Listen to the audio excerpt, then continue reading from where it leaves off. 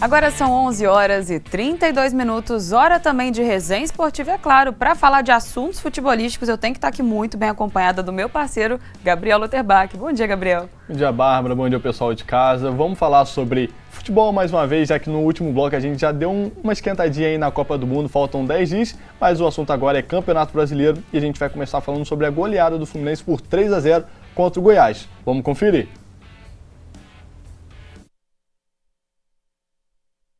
O Fluminense se despediu do Maracanã na temporada em grande estilo. Depois de um primeiro tempo com enorme pressão, mas sem conseguir ser efetivo, o roteiro se assemelhou à partida contra o São Paulo.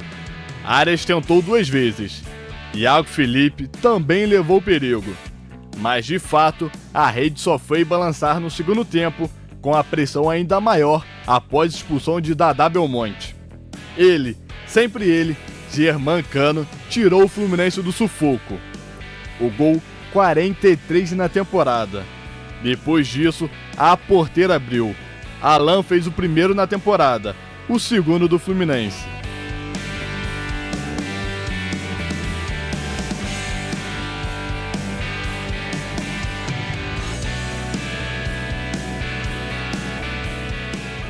E Michel Araújo, quando a torcida já pedia mais um, fechou o placar, 3-0.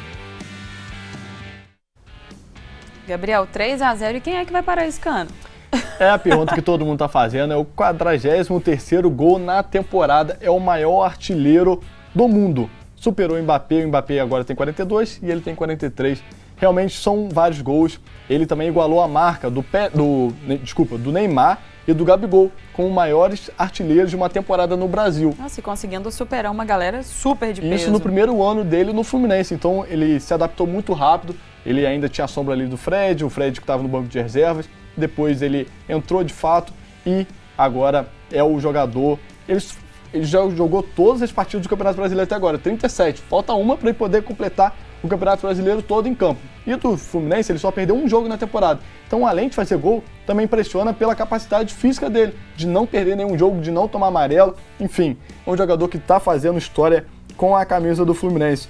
Como eu falei, é o maior artilheiro na temporada. Falando um pouquinho mais sobre esse jogo, o Goiás teve 2 jogadores expulsos, que ajudou um pouquinho o Fluminense a sair com a vitória. Quando o Goiás teve o primeiro jogador expulso, ainda estava 0-0. Isso facilitou. O Fluminense já estava na pressão. Depois disso, o Diniz colocou um volante para trás e colocou mais um meio-campista, então pressionou ainda mais o Goiás para a área defensiva e com isso o Fluminense conseguiu fazer um gol.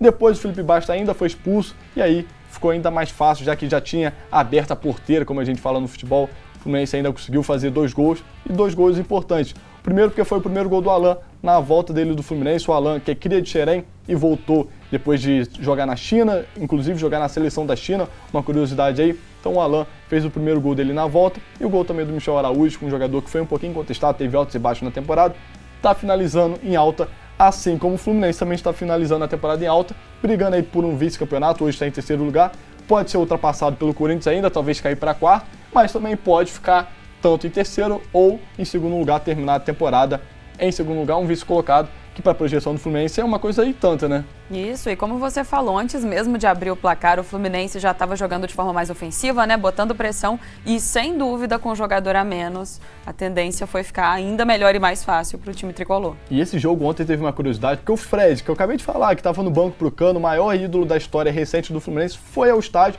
para poder assistir o jogo com a torcida, dentro do setor sul do Maracanã. Ficou junto com a galera. Ficou junto com a galera. Vamos conferir esse VTzinho? Então a gente Federico junto com o filho dele na rampa de acesso do Maracanã. Os torcedores, claro, aproveitaram para poder tirar foto, para poder tietar um pouquinho ali o ídolo. Então ele foi pro jogo também de metrô. Teve essa curiosidade, olha lá. Ele lá no metrô... Eu ia comentar isso, eu vi o vídeo dele no metrô, Exatamente. A galera já, né, na loucura. Ele lá no metrô no Rio de Janeiro, pegou o metrô junto com a galera, foi depois subir na rampa junto com a galera e ainda assistiu o jogo junto com os torcedores. E aí no segundo tempo ele foi pro camarote, também já foi demais, né? Mas ali no metrô, junto com os torcedores ficaram ensarnecidos, né? A carinha do filho dele, E isso faz ele cada vez mais ser ídolo na história do Fluminense, né? Esse carinho que ele tem com o torcedor e ali dentro do metrô lotado, e ele mandando um áudio pra esposa dele, falando, tá tudo certo, tá todo mundo sentadinho, tá tudo direitinho aqui no metrô. Tem pouca não tem gente. problema nenhum, tem pouca gente. Então, outra curiosidade desse jogo aí, marcante do Fluminense contra o Goiás. A gente vai falar agora sobre o empate do Coritiba por 2-2 com o Corinthians. Vamos conferir. Aleph Manga abriu o placar com um golaço. Arrancou do meio-campo e só foi parar no fundo das redes.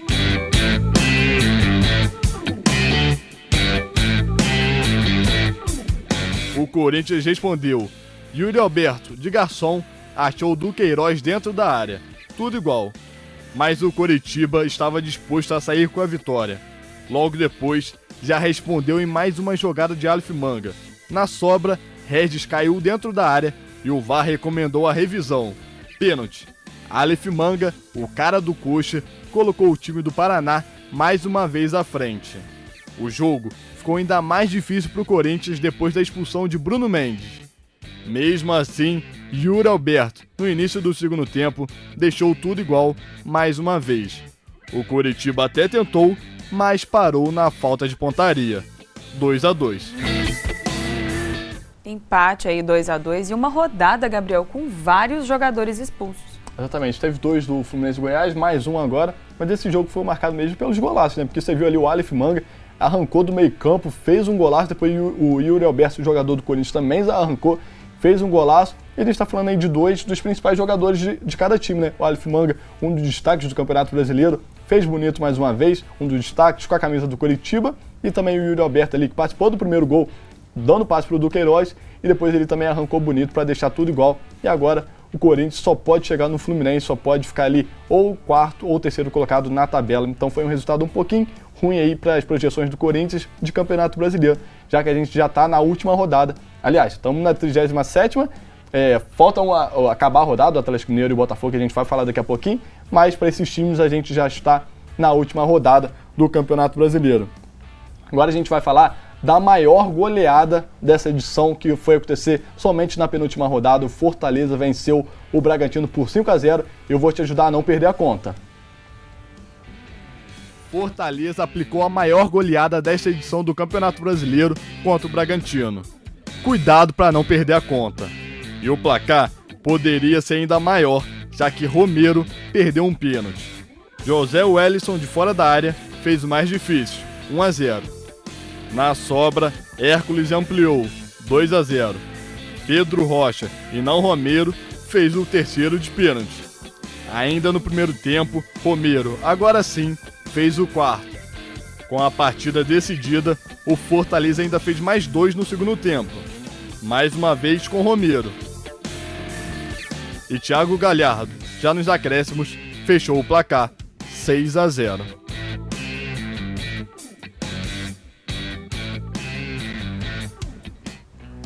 Fortaleza, então, deixando melhor para o final. Penúltima rodada, uma goleada dele. Exatamente, e foi muito importante essa goleada para o Fortaleza, porque o Fortaleza entrou na pré-Libertadores já na penúltima rodada. Um time que no primeiro turno a gente falava que estava brigando para não cair, chegou a ficar em último colocado, agora já está na pré-Libertadores, então uma campanha muito legal do Fortaleza, sobretudo no segundo turno, que deu uma ressurreição aí no Fortaleza, né? Em compensação, o Bragantino é uma das maiores decepções desse campeonato. Eu acho que junto com o Atlético Mineiro, não sei se a Bárbara vai concordar comigo, mas são os times que a gente mais esperava uma posição melhor na tabela e que estão mais ali para baixo, né, pro meio da tabela. E a decepção maior vem exatamente por conta disso, né? Porque a gente sabe da estrutura do time, sabe da capacidade que os times têm e que não conseguiram refletir isso em campo. E lembrando que esses dois times estavam na Libertadores desse ano e agora correm risco de não ir para a Libertadores do ano que vem. Então, por isso, como você falou, explica essa decepção. A gente vai falar agora sobre o jogo do Palmeiras, porque o Palmeiras venceu mais uma vez no jogo que teve a comemoração junto com o torcedor do título brasileiro. Vamos conferir. O América Mineiro até saiu na frente, com um golaço de falta de Benítez. Veja e reveja.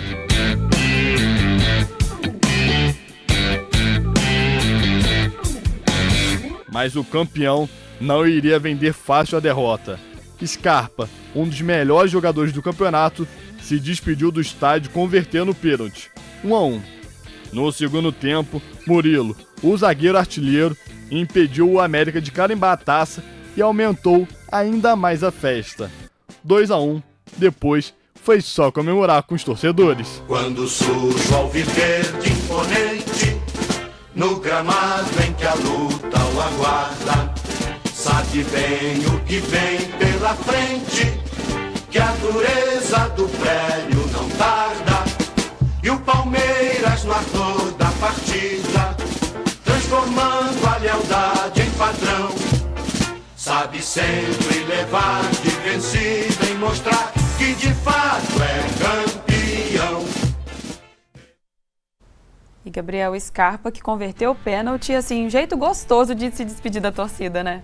Vale lembrar que o Scarpa vai jogar a Premier League na próxima temporada, já está fechado, então ele se despediu ontem dos torcedores, e a gente está falando de um jogador que fez história com a camisa do Palmeiras, foi campeão da Libertadores, campeão do Brasileiro, então um jogador que vai ficar marcado nessa história do Palmeiras, é um jogador que com certeza faz a diferença na bola parada, como a gente viu ali no pênalti, mas também com a bola rolando, então é um jogador que é fenomenal, né? Os torcedores gostam bastante. E o Verdão voltou a brilhar, agora com 81 pontos, com 11 de vantagem sobre o vice-colocado, que hoje é o Internacional. A festa não acaba nunca, né? Então, e a gente está falando de um time que está fazendo história, né? Olha que campanha, 81 pontos, 11 acima do segundo colocado.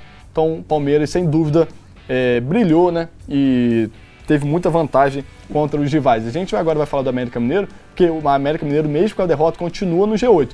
Mas pode ser que saia do G8 dependendo dos jogos de hoje, que a gente vai colocar aqui no telão, que é o jogo do Atlético Mineiro e o Botafogo. Se um desses times ganhar, então o América Mineiro sai da pré-Libertadores por enquanto e pode ser que na última rodada ele recupere. Então a gente está falando de um Campeonato Brasileiro que já tem o líder definido, a fase de grupos também já está praticamente definida, só fica essa briga aí na Série A de quem vai para a pré-Libertadores e uma vaguinha para não ser rebaixado. Vamos confirmar a classificação ali rapidinho também, que a gente mostra isso melhor para o pessoal de casa. Já que o outro jogo que falta confirmar é um jogo que não vai mudar em nada na tabela. Então a gente está vendo ali o Palmeiras, como eu falei, 11 pontos de diferença para o Internacional, o Fluminense ali agora em terceiro colocado, aliás, continua em terceiro colocado, pode ser o vice-líder, a depender do resultado da última rodada. A gente está vendo ali o América, que eu chamei a atenção. O América pode ser ultrapassado pelo Atlético Mineiro ou pelo Botafogo, e essa definição fica para a última rodada. E o Atlético Goianiense, com 35 pontos, está brigando ali pela última vaga, brigando para não cair, né? Aquela briga que ninguém deseja, mas fica com essa briga aí com o Cuiabá. O Ceará ontem foi rebaixado para a Série B, oficialmente, né, matematicamente. A gente vai mostrar agora o último jogo da rodada, que foi o jogo do Juventude contra o Flamengo, que não valia mais nada, já que o Flamengo já foi campeão da Copa do Brasil e da Libertadores. O último colocado, não briga nada, né? O Juventude já rebaixado, o último colocado também não muda nada. Vamos conferir. O Flamengo começou a partida com tudo. No primeiro ataque, o lateral direito Mateuzinho, improvisado no ataque, fez o primeiro. Pablo, em falta batida por Pulgar, quase ampliou. No estilo Everton Cebolinha, o atacante cruzou para o meio e Vitor Hugo também teve boa chance.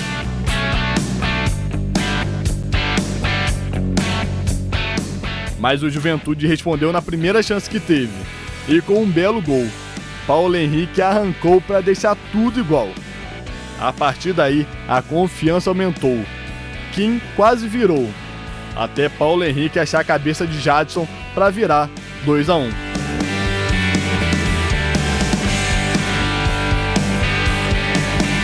Kim ainda teve mais uma chance, mas o roteiro inverteu.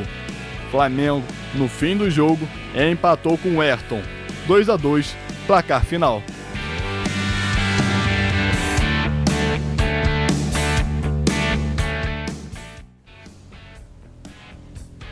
Flamengo que também já está em ritmo de férias, né? Merecido e com 2 jogadores só titulares, né? Apenas 2 jogadores titulares e o Flamengo já está tão em férias que a festa da Libertadores, da comemoração da Libertadores agora, com os né? torcedores vai ser no domingo às 9 horas da manhã. Imagina como é que vai ficar o Rio de Janeiro, Bárbara. Eu imagino, Gabriel. Então, jogo assim, sábado e festa no domingo, porque no a última rodada do Flamengo, como já não valeu nada, vai ser sábado e a festa no domingo, 9 horas da manhã.